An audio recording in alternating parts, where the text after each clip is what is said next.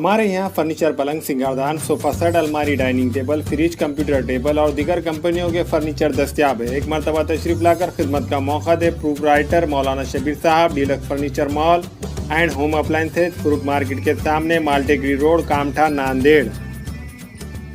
अस्सलाम वालेकुम, मैं अखिल मिर्जा। हमें उम्मीद है कि आपको हमारा चैनल अच्छा लगता होगा। लेटेस्ट न्यूज के लिए देखते रहिए नांदेड़ उर्दू न्यूज, और न्यूज के पसंद आने पर लाइक, शेयर और सब्सक्राइब करना ना भूलें।